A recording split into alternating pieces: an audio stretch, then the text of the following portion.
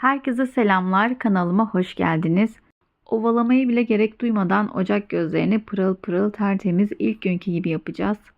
Temizlemeden önceki halini göstermek istiyorum. Böyle yer yer yanık lekeleri var. Böyle inatçı. O zaman hemen videoya geçiyorum. Öncelikle bir tane buzdolabı poşetine ihtiyacım var. Herhangi bir poşette kullanabilirsiniz bu arada.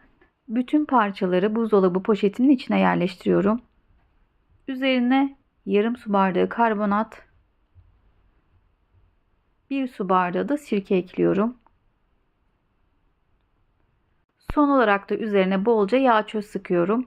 Yağ çözüm markası hiç önemli değil. Her türlü marka olur. Poşetin ağzını bağlayıp şimdi bütün malzemelerin bu parçalarla birleşmesi için güzelce karıştırıyorum. En az 2 saat parçaların bu karışımın içinde beklemesi gerekiyor. Tabii ki bu karışımın içinde ne kadar fazla beklerse o kadar yağ ve yanık lekeleri daha kolay bir şekilde çıkacaktır.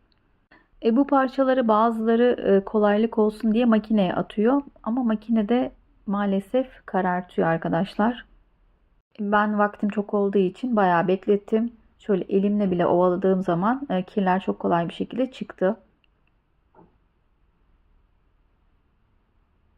Şimdi güzelce parçaları yıkıyorum. Size son haliyle de göstermek istiyorum.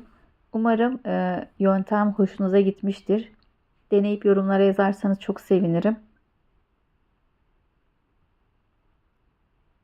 Farklı video fikirleriniz varsa ya da çekmemi istediğiniz video fikirleri varsa lütfen aşağıya yorum olarak bırakırsanız sevinirim arkadaşlar.